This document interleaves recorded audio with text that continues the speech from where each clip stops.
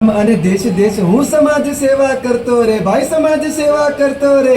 તા થૈયા થૈયા તા થઈ, તા થૈયા થૈયા તા થઈ.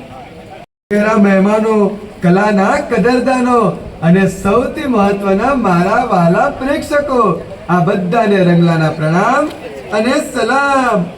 કોઈના ઓટલા ભાંગતી હશે. રંગલી, અરે ઓ રંગલી,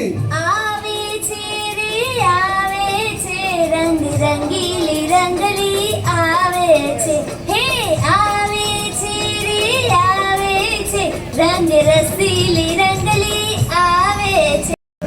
ના ના ના ના ના, તને તો હું ફરી ફરી યાદ કરતો હતો. તો ઠીક. અરે હું આપણા વિશે પરિચય આપતો હતો અને એમાં તું આવી ગઈ. ઓહો રંગલા, આપણો પરિચય એટલે સમાજના સેવક. જો રંગલા, આપણું બધું કામ આ દેશને કાજ ફરતા ફરતા રહીએ અને લોકોને સાચી માહિતી આપીએ. હું પણ આ જ કહેવાનો હતો અને એમાં તું આવી ગઈ. જો રંગલી, આ છે સુખીરામનું ઘર, પણ હમણાં આપણા સુખીરામ મારે તમને બધાને બતાવવાનું છે. તો ચાલો મિત્રો, જોઈએ આ સુખીરામના જીવનનું દુઃખ. નથી રહેવાની, હું આ ઘરમાં નથી રહેવાની. મારી વાત તો સાંભળ. મારે કોઈ વાત નથી સાંભળવી. ડાર્લિંગ, મારી વાત તો સાંભળ. ના, મારે કોઈ વાત નથી સાંભળવી. ડાર્લિંગ વાલિંગ બધું ગયું તે લેવા. ના ના, લગ્ન વખતે શું કીધું તું? તને રાણી બનાવીને રાખીશ, નોકરાણી બનાવીને મૂકી દીધી છે. તમે મને ખોટું બોલ્યા. અરે હું સાચું જ બોલ્યો તો. હું ખરેખર તને રાણીની જેમ રાખવા માંગુ છું, પણ પહેલા મને રાજા તો બનવા દે. પપ્પા એટલે વાલનો દરિયો, પણ ના, મારા પપ્પા એટલે કંજુસાઈનું ખાબોચિયું. નાલાયક, આ તારા પપ્પા વિશે આવું બોલતા શરમ નથી લાગતી? અને તમે મારા રૂમનું એસી બંધ કરાવી દીધું, એનું શું? અને મમ્મી, તને ખબર છે, અરે હું અને મારી બહેનપણી રીટા શાંતિથી એસીની ઠંડકમાં બેઠા બેઠા એકાઉન્ટના હિસાબો શીખતા હતા. હા, એટલે જ પરીક્ષામાં જમા કરતા ઉધારી વધારે બોલાય છે ભાઈની. એ બધું જે હોય તે, પણ મમ્મી, હું પણ તારી સાથે મામાના ઘરે રહેવા આવું છું. હા હો દીકરા, હવેથી છે ને આપણે આ ઘરમાં નહીં રહીએ. જતે દીકરે મારે ઘરના ઘરમાં જવાનો સમય આવી ગયો છે. હે બાપા ડમરું વાલે. મમ્મી, આ તું શું બોલી રહી છે? આ તારા ઘરના ઘરમાં કેમ જવું છે? આ તારો શ્રવણ જેવો દીકરો બેઠો છે ને તારી સેવા કરવા માટે. આ તમને લોકોને શું થઈ ગયું છે? આ તમે લોકો બધા મને છોડીને જવાની વાત કેમ કરો છો? તને ખબર છે? તને ખબર છે? મને આ ઉંમરે ઓછો દેખાય છે, એટલે મને વારે વારે રાતે બાથરૂમ કરવા માટે હાવ જાવ કરવું હોય છે. એટલે મને સતત લાઈટ જોઈએ. તે મારી લાઈટ બંધ કરાવી દીધી. હે બાબા ડમરું વાલે. આ જ્યારથી આપણું વીજળીનું બિલ વધારે આવ્યું છે ત્યારથી તમે નવા નિયમો બનાવ્યા છે, જેનાથી અમે ત્રાસી ગયા છીએ. અરે આવી ભર ગરમીમાં એસી નહીં કરવાનું. તમારા લીધે મારી બહેનપણી ઘરે આવતી બંધ થઈ ગઈ. વોશિંગ મશીન વાપરવાનું બંધ કરાવ્યું. આ હાથેથી કપડાં ધોઈ ધોઈને આ સંતુર બોમ્બ જેવા હાથ ખરબચડા થઈ ગયા છે. તમે તો બધી વાતમાં કટકટ. મિક્સર કેમ લાંબુ ચલાવો છો? રોજ ઇસ્ત્રી કેમ કરો છો? ગીઝર કેમ ચલાવો છો? અરે મોબાઈલ અને લેપટોપ ચાર્જ કરીએ એમાં પણ કટકટ. બાબા ડમરું વાલેની કથા ટીવીમાં આવતી હતી, તે મારું ટીવી જોવાનું જ બંધ કરાવી દીધું. હે બાબા ડમરું વાલે, આ નાલાયકના લીધે હું તમારી કથા નથી જોઈ શકતી. બસ આ તમારા વીજળી બચાવવાના નિયમ તમને જ મુબારક. જો તમે બધા ભેગા થઈને મારા વિરુદ્ધ મોરચો ના કાઢી શકો, અને નિયમો કેમ નહીં બનાવ? હા, કેમ નહીં બનાવ? જો આ છેલ્લા 6 મહિનાના બિલ જુઓ. આ બિલ ભરવામાં મારો મોટા ભાગનો પગાર જતો રહે છે. અને તમને બધાને કેટલી વાર કીધું છે કે ઘરમાં વીજળીનો વપરાશ જરાક જાળવીને કરો. હું કોઈ માનતું જ નથી મારું. આ ચીંટુ એસી ફટફટ ચાલુ કરી દે, પછી બંધ કરવાનું જ ભૂલી જાય. બંધ કોણ કરે? એનો આ પપ્પો. આ મારી બા કથા સાંભળતી સોફા પર નસકોરા બોલાવતી સૂઈ જાય. આ ટીવી કોણે બંધ કરવાનું? એના ગગાએ. અને સરોજ, તું તો આપણા ઘરની આર્થિક પરિસ્થિતિ જાણે જ છે, છતાં મારે તમને સમજાવવું પડે છે. અરે વીજળીનો વપરાશ કરો, પેલું ખર્ચાળ બિલ કોણ ભરે? આ નાજુક સુખીરામ? ના ના ના ના, તુકીરામ ભાઈ, હવેથી તમારું બિલ તમે નહીં, આ સુરત દાદા ભરશે. અરે રંગલાભાઈ, અરે રંગલીબેન, તમે અહીંયા અને આ તમે શું કહી રહ્યા છો? એ જ કે હવેથી તમારું બિલ આ સૂરજ દાદા ભરશે. શું તમે પણ આ દુઃખી માણસ સાથે મજાક કરો છો? આપી એમનું ભલું કરવાનું છે, મજાક કરવાનું નહીં. તે હે રંગલીબેન, જરા સમજાય એવું બોલો ને. તમે કઈ સલાહ આપવાની વાત કરો છો જેથી અમારું ભલું થશે? તમારું જ નહીં, અહીં બેઠેલા બધાનું ભલું થશે. મિત્રો, આજના આધુનિક યુગમાં વીજળીનો વપરાશ એ દરેક માટે પાયાની જરૂરિયાત છે. હવે વીજળીનો વપરાશ તો અનિવાર્ય છે, પરંતુ ઉર્જાના સ્ત્રોત મર્યાદિત, જેનો જાળવીને ઉપયોગ કરવાનો હોય. પરંતુ આજના આધુનિક જીવનશૈલીમાં આપણે જાણતા અજાણતા ઉર્જાનો વધુ ઉપયોગ કરતા થઈ ગયા છીએ, અને વધુ વપરાશ એટલે વધુ વીજળીનું બિલ, જેની અસર આપણી આવક પર પડે છે અને આપણું બજેટ ખર્ચાળ થઈ જાય છે. હવે વીજળીનો વપરાશ તો ઓછો કરી નથી શકાતો અને બિલના ખર્ચા વધતા રહે છે. હું શું કહું રંગલાભાઈ, આ કોઈ વચ્ચેનો રસ્તો કાઢો નહીં કે આ વપરાશ ભલે વધારે થાય પણ વીજળીના બિલમાં થોડીક રાહત મળે. અરે કીધું તો ખરું, આપણા સુરત દાદા. સૂર્યની અપાર શક્તિને પ્રેરણા બનાવી ભારત આજે ઉર્જા ક્ષેત્રે વૈશ્વિક બદલાવ લાવી રહ્યું છે. હવે ભારતનો ઉર્જા ક્ષેત્રે આત્મનિર્ભર બનવાનો સમય આવી ગયો છે, અને આત્મનિર્ભર ઉર્જાની પહેલ એટલે આપણા પ્રધાનમંત્રીની પ્રધાનમંત્રી સૂર્ય ઘર મફત વીજળી યોજના. હવે સૌર ઉર્જા ક્રાંતિથી રાષ્ટ્ર બનશે ઉર્જાવાન.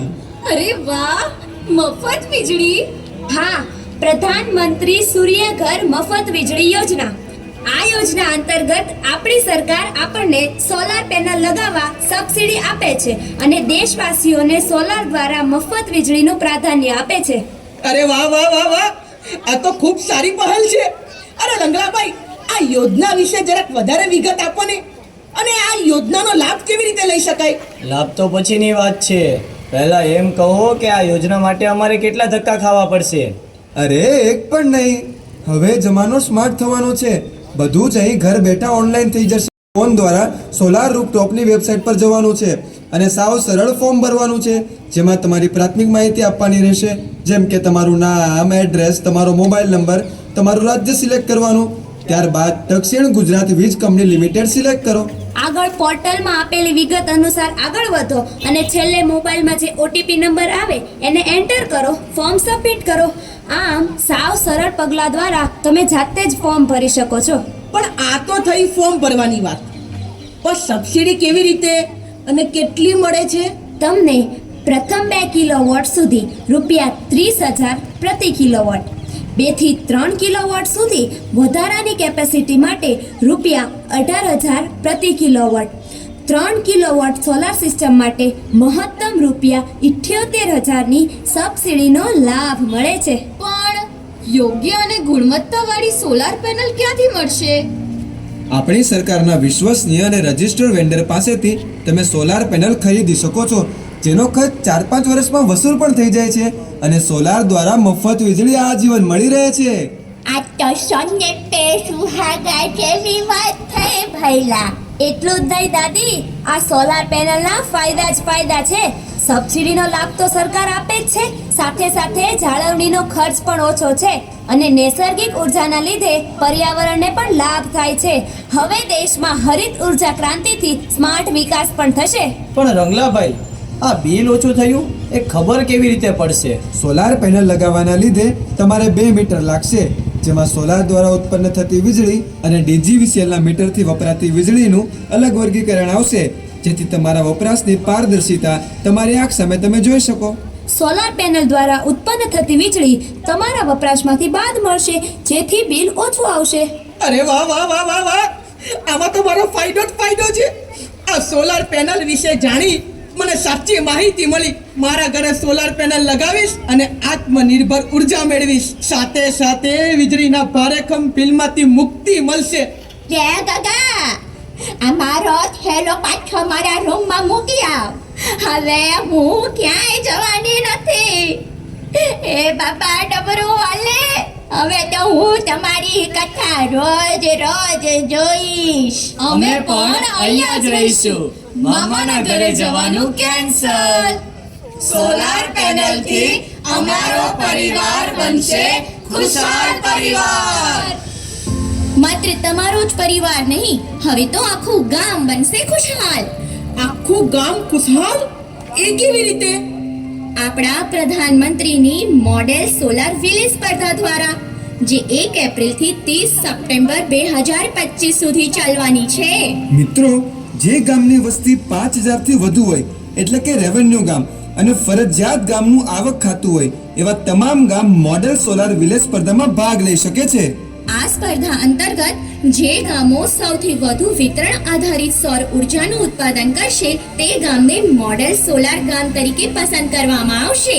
આ સ્પર્ધાનો હેતુ ગ્રામજનોના વીજળીના બિલમાં ઘટાડો કરી ઉર્જા ક્ષેત્રે એમને આત્મનિર્ભર બનાવવાનો છે.